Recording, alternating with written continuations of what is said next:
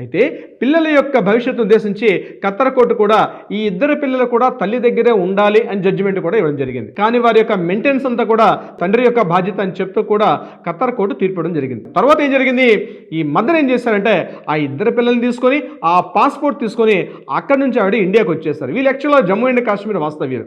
వచ్చేసిన తర్వాత ఇతరేం చేశాడు, తిన్నగా మళ్ళీ ఇండియా కోర్టుకు వచ్చి నా అనుమతి లేకుండా, అంటే నేను ఆల్రెడీ మెయింటైన్ చేస్తున్నాను, వాళ్ళ యొక్క మెయింటెనెన్స్ మొత్తం నేను చేస్తున్నాను, కానీ అక్కడ ఖత్తర్ ఇచ్చినటువంటి తీర్పును కూడా ఈమె పక్కన పడేసి కరెక్ట్ అయినటువంటి తీసుకోకుండా ఆమె ఇక్కడికి వచ్చేసిందని చెప్పి జమ్మూ అండ్ కాశ్మీర్ కోర్టులో అతను కేసును ఫైల్ చేయడం జరిగింది, ఈ మాలిక్ అన్నటువంటి హస్బెండ్. దీని మీద హైకోర్టు క్లియర్గా జడ్జిమెంట్ చెప్తూ 31 అక్టోబర్ 2022లో ఏదైతే ఖత్తర్ హైకోర్టు ఇచ్చిందో అదేవిధంగా పిల్లలు అక్కడే ఉండాలి, ఎందుకంటే తల్లి దగ్గర ఉంటేనే పిల్లలు సరైన విధంగా మెయింటైన్ అవుతారని చెప్తూ హైకోర్టు పిల్లల యొక్క అభివృద్ధిని దృష్టిలో పెట్టుకొని తీర్పు ఇవ్వడం జరిగింది దీనికి సంబంధించి. దీని మీద ఇతను ఇమ్మీడియట్గా సుప్రీంకోర్టును కూడా ఆశ్రయించాడు. హైకోర్టు ఇచ్చినటువంటి జడ్జిమెంట్ని ఆయన అపీల్ చేస్తూ కూడా జడ్జిమెంట్ ఆయన యాక్సెప్టెన్స్ ఇవ్వకుండా సుప్రీంకోర్టును ఆశ్రయించాడు. ఇక్కడ సుప్రీంకోర్టులో దీని మీద అనేక రకాల వాదోపవాదనలు కూడా జరిగాయి. ఆ వాదోపవాదనలో ప్రధానంగా ఏంటంటే కేవలం పిల్లల యొక్క అభివృద్ధి, పిల్లల యొక్క వాళ్ళ యొక్క డెవలప్మెంట్ ఒక్కటే కాదు, దీంతో పాటు 4 రకాల విషయాలను కూడా పరిగణలో తీసుకొని రావాలి. అదేమిటంటే ఫస్ట్ వన్ ఏంటి, పేరెంట్స్ యొక్క బిహేవియర్ ఎలా ఉంది అన్నది కూడా చూడడం చాలా ఇంపార్టెంట్. రెండవది ఏంటి, వారు ఉన్నటువంటి ఎడ్యుకేషన్, వాళ్ళ ఫ్యామిలీ బ్యాక్గ్రౌండ్ ఏంటి, వాళ్ళు ఏం చదువుకున్నారు, వాళ్ళు చదువుకున్న పరిస్థితులను కూడా పరిగణలో తీసుకోవాలి.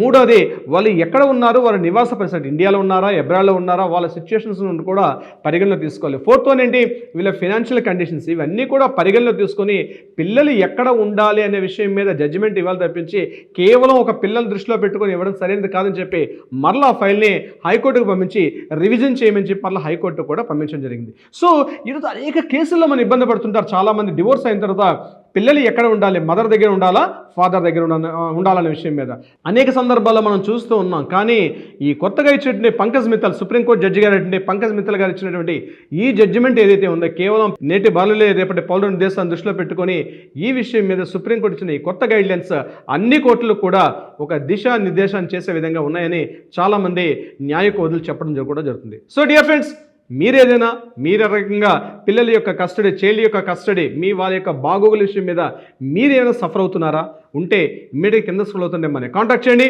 మా లీగల్ టీం మీకు అప్రోచ్ అవుతారు, మీకు కావాల్సినటువంటి సలహా సంప్రదింపులు ఇచ్చే ప్రయత్నం చేస్తారు. అది కాకుండా మీ కేసులు ఏదైనా కోర్టుల వివాదాలు ఉంటే వాటికి పరిష్కారం అయ్యే దిశగా కూడా మా వాళ్ళు ప్రయత్నం చేస్తారు. Thank you so much my dear friends. మీ రవీంద్రనాథ్, హైకోర్టు అడ్వకేట్, తెలంగాణ.